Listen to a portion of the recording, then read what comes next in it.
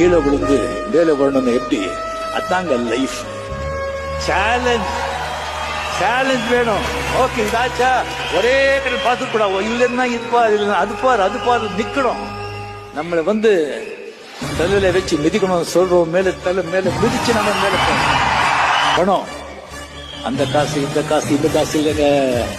காசு அந்த சாமி இந்த சாமி, காசு சாமி தான். காசு சாமி இருந்தா எல்லா ஆசாமியும் உங்ககிட்ட ஆமா சாமி தான். சரி, வாழ்க்கையில காசு வந்து ஆக்சிஜன் மாதிரி காசு டெஃபினட்டா வெளியே வாழ முடியும்.